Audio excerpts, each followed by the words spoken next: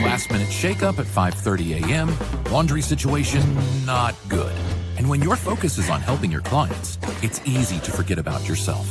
But NASM knows trainers. Morning, Ryan. It's okay. And staying in front of the day isn't always as simple as 1, 2, 3.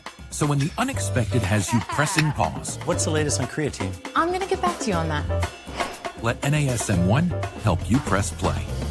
Visit NASM.org to sign up for a membership today.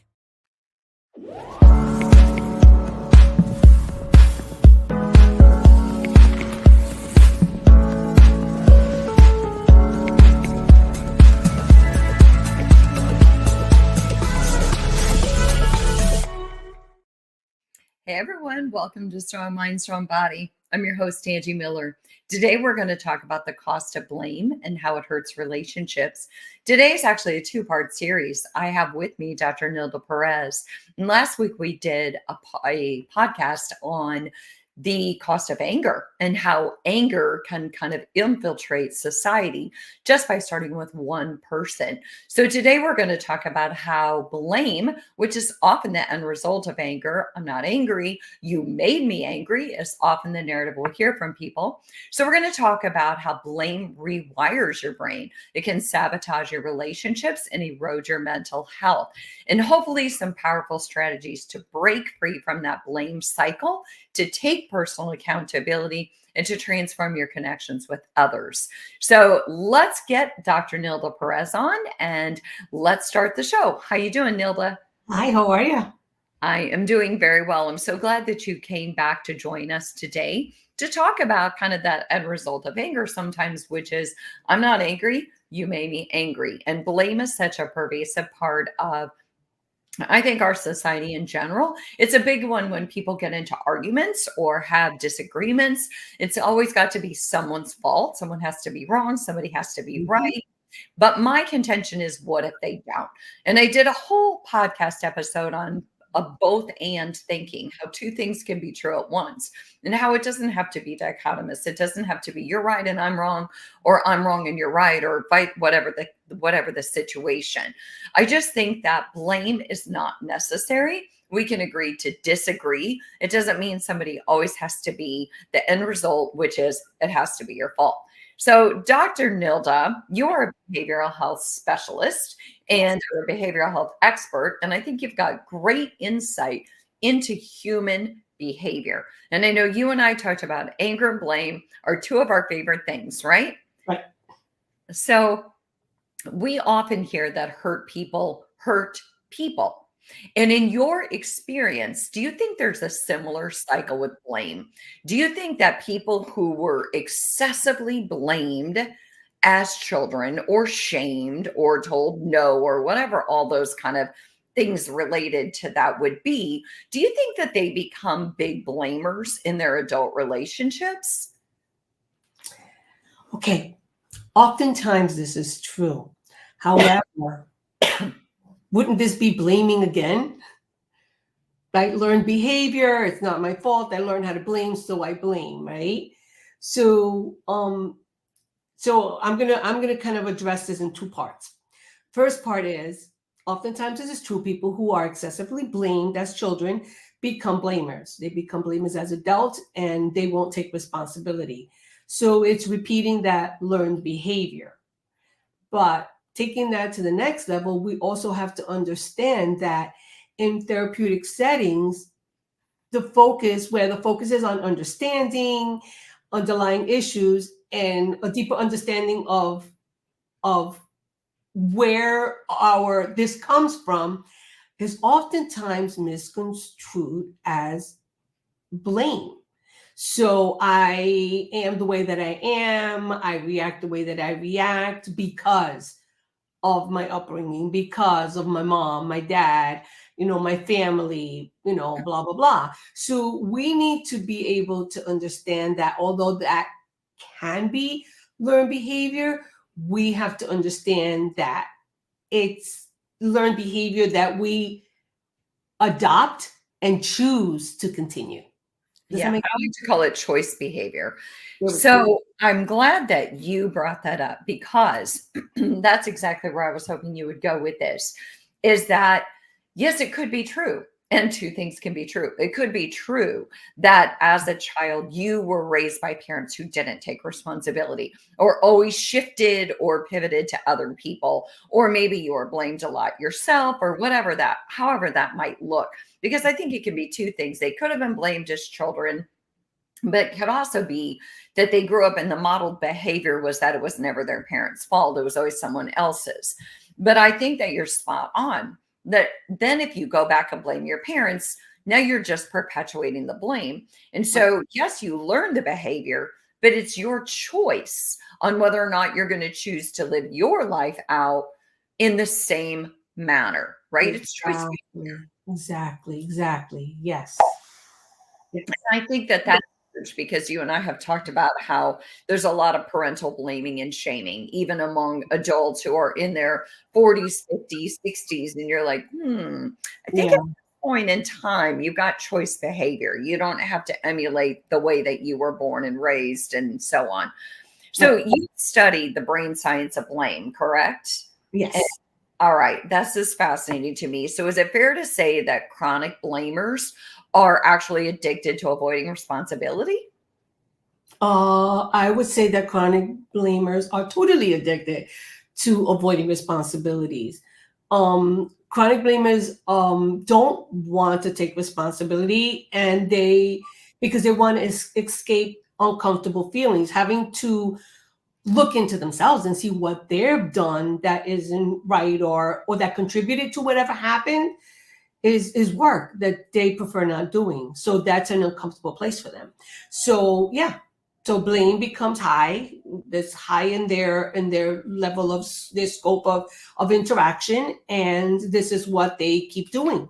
So it prevents growth, but it also creates anxiety and depression because they start isolating more, because who wants to be with the person that always blames you for everything? Yeah. So they start sabotaging relationships.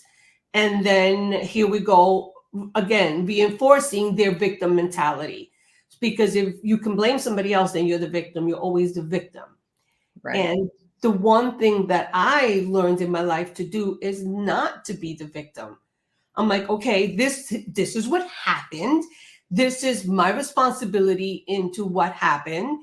And I take responsibility for what I did. And I remember doing that even as a child. Even as a child, I remember coming to my parents and saying, look, this happened and it was my fault. This is what I did. And, this is what happened. This is my part in it. And then the other part is somebody else's fault, or whoever, whoever, my sister or whoever. But I would take responsibility. I have to tell you, no idea how many times that escaped me from having to get punished because I took blame. And I learned how to do that at a very early age. And to this day, I still adopt those same principles of taking blame for what I'm, never being the victim, and taking responsibility and blame for what I've done wrong. Yeah, isn't that so true? It's funny that you say that, because I remember my mom used to say that she'd never had to worry that I was going to do something wrong because I would always tell on myself. And so isn't that funny that I just think some of us are wired that way. But the whole like blame victim cycle, I'm glad you brought that up, because I think that really needs to be kind of deep dive into. And that is the fact that when you blame other people, you actually do make yourself the victim. And so, because if it's someone else's fault, if they made you angry, you're not angry. They made you angry. Therefore, you're a victim to their behavior, which made you behave in this way. And it's kind of a messed up way of, and I think that sometimes when you point out to people, so you're saying that if it's everyone else's fault, you're always the victim. And then they kind of do a pause like, oh, I never thought of it that way. And so it's a very interesting way to hold up a mirror and say, it's not always other people's fault, because if it were, you would just always be this victim. And what if there was a different way of looking at this? What if you weren't a victim? What if you were to take responsibility? And then that would mean that you have the power in your hands to change your behavior. It's not, you're just responding to the world, So. Right. I'm glad that you brought that up, because I do think blame is a big impact on mental health, because when we blame people, they don't want to be around us. Right. So, we're living in this culture where outrage, finger pointing, I don't know, maybe not outrage, but just a lot of finger pointing and pivoting and so forth, seems to kind of be the norm. So when this is how do you think this blame culture is reshaping our ability to form or not form or maintain healthy relationships? So the problem. Let's go back to the victim mentality. My question always to people that are always blaming is, how does it feel to be the victim? You poor thing. You're always now. You know what happens? They go from the power, right? Because we spoke about anger in the last segment, and so anger gives you power, but blame disempowers you because now it's not your fault. So then you're the victim. So I'm like, wow, that's terrible. So how does it feel to always be the victim? Because so far you blame people, blame others for this, that, the other. And then they go, oh, see, that kind of makes them rethink and kind of reframe that in their mind. I'm like, I understand, how you're blaming others, but because you're not taking responsibility, that automatically makes you a victim. So this blame society is just not taking responsibility, finger pointing, and is making everybody the victim. But how comfortable does it feel to be the victim? That's usually what I point out to them. Yeah. Is this a comfortable place for you? Yeah. Because you don't need to be a victim. What a great question to ask somebody who is always blaming, is just to kind of pause for a minute and say, how does that feel to be the victim? What a great question, because that makes that person who's pointing the finger kind of pause and go, what? It's kind of throwing a wrench in the whole dialogue and saying, no, I need you to rethink this narrative.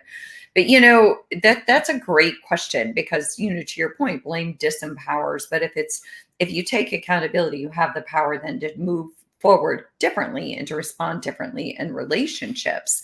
So I think that what's interesting about blame is that if we step away from it, Dr. Nilda, if we step away from this thing, when we talk about blame, our society in general, we say that, assigning blame is necessary for justice, right? Our whole criminal justice system is based off of, if somebody committed a crime, they have to go to jail, or they have to go to prison, or they have to pay penance. So our society, when you're growing up and you're going to school, if you get caught doing something wrong, you get punished. So we're kind of, in a way, our world is designed to do this, right? To penalize for bad behavior and so forth. So where's the line between healthy accountability and toxic blame? I mean, yes, there's a big thing here, but I can see how people can get caught up in that, because we are kind of hardwired to find right or wrong in everything. Does that make sense?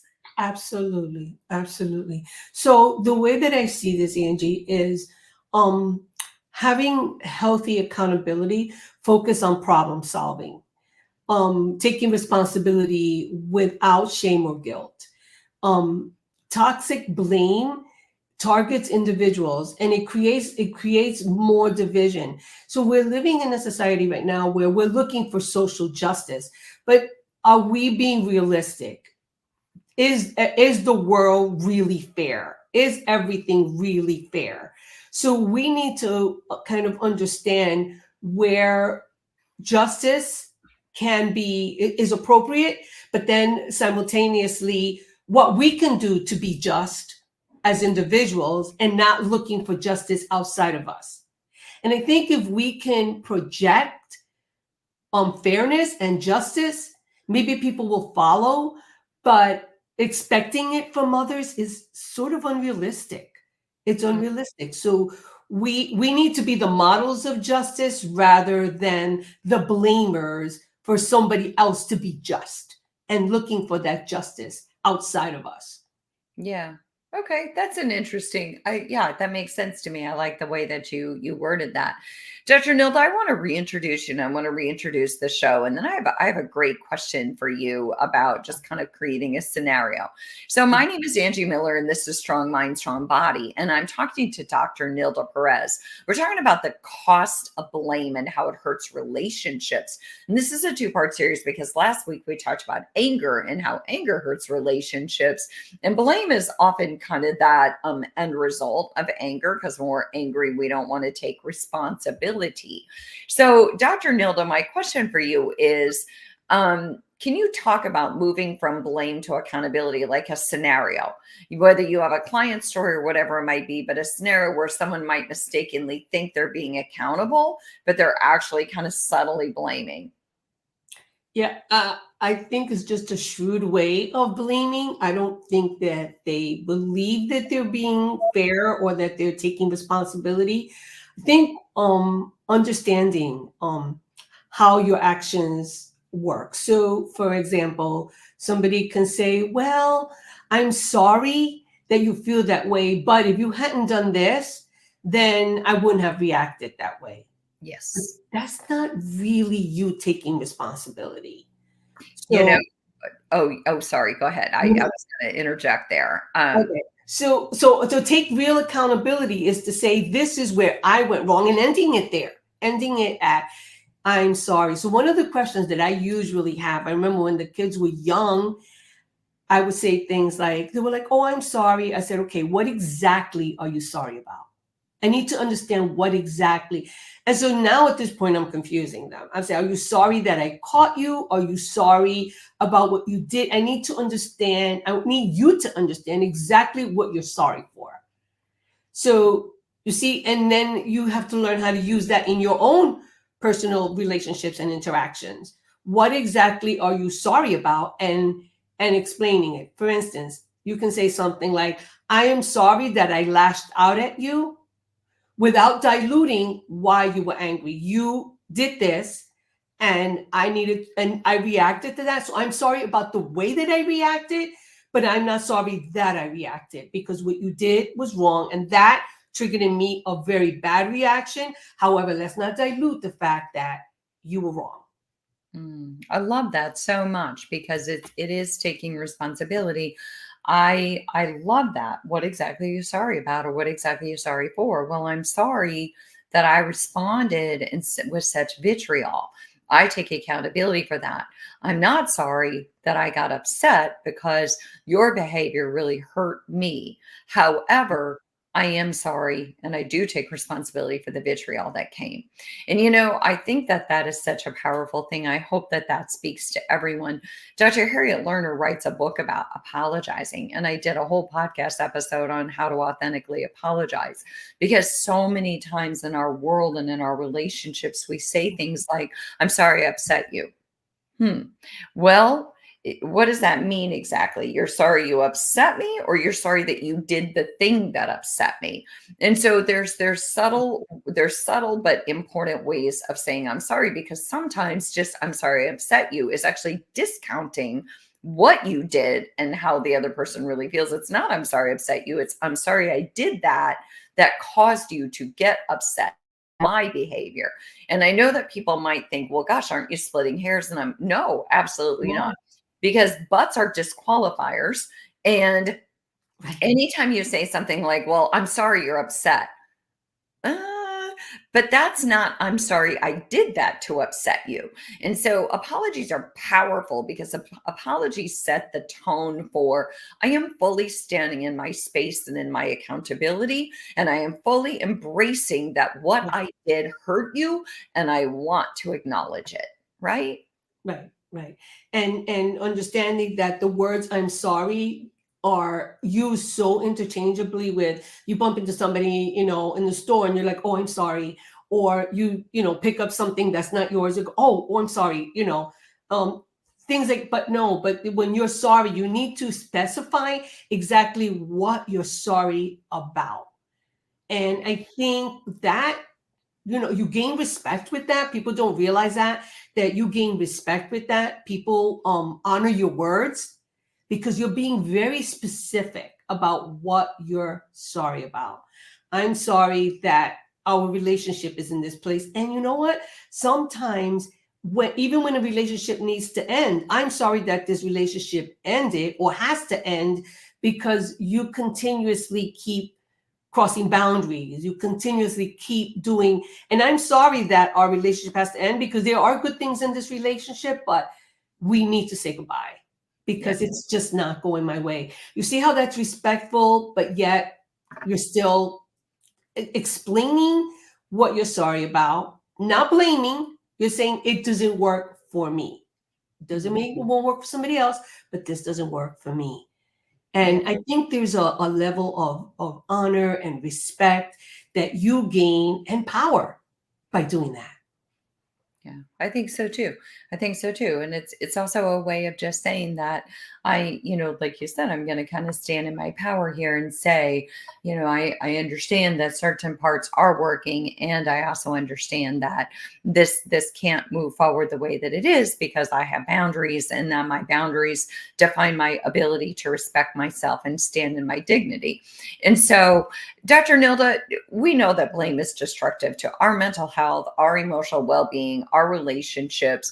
And yet I do feel like we default to it very, very easily. What's a tip that you have for somebody to just override that instinct to blame, or maybe even to get angry, but that leads to blame? What's something to get in there and, throw a wrench in before you instinctively go to blame? I think part of it is sometimes you need to walk away and you need to sit with whatever happened that makes you feel that you need to blame somebody else. And think if we stopped and thought for a moment, our reaction would be different. So that's the first thing. And then look at where you're responsible. Look at the areas where you're responsible. I remember, again, I have had this conversation time and time again where I've said, okay, this happened and my reaction was horrible. I reacted in anger. I reacted in rage. That was horrible. I take responsibility. I blame myself for that.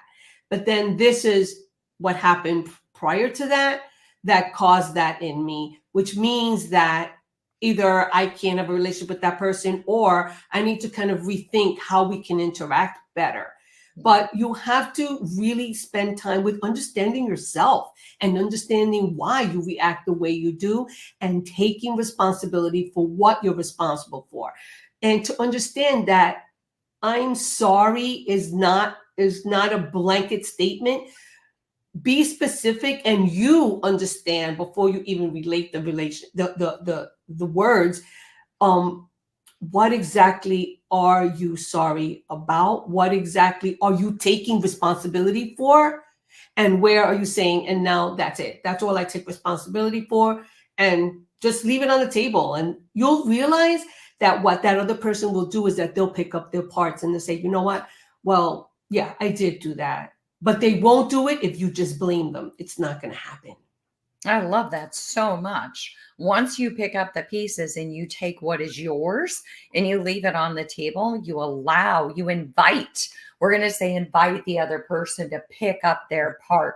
But when you shove it down their throat, they're probably not going to pick up their part. That is powerful. I like that a lot. I'm glad that you shared that. That's a perfect way of describing it. So, Dr. Nilda, the two things that I came away with here was, how does it feel to be a victim? And what exactly are you sorry for or about? So I love this episode about blame and our 2-part series on blame and anger.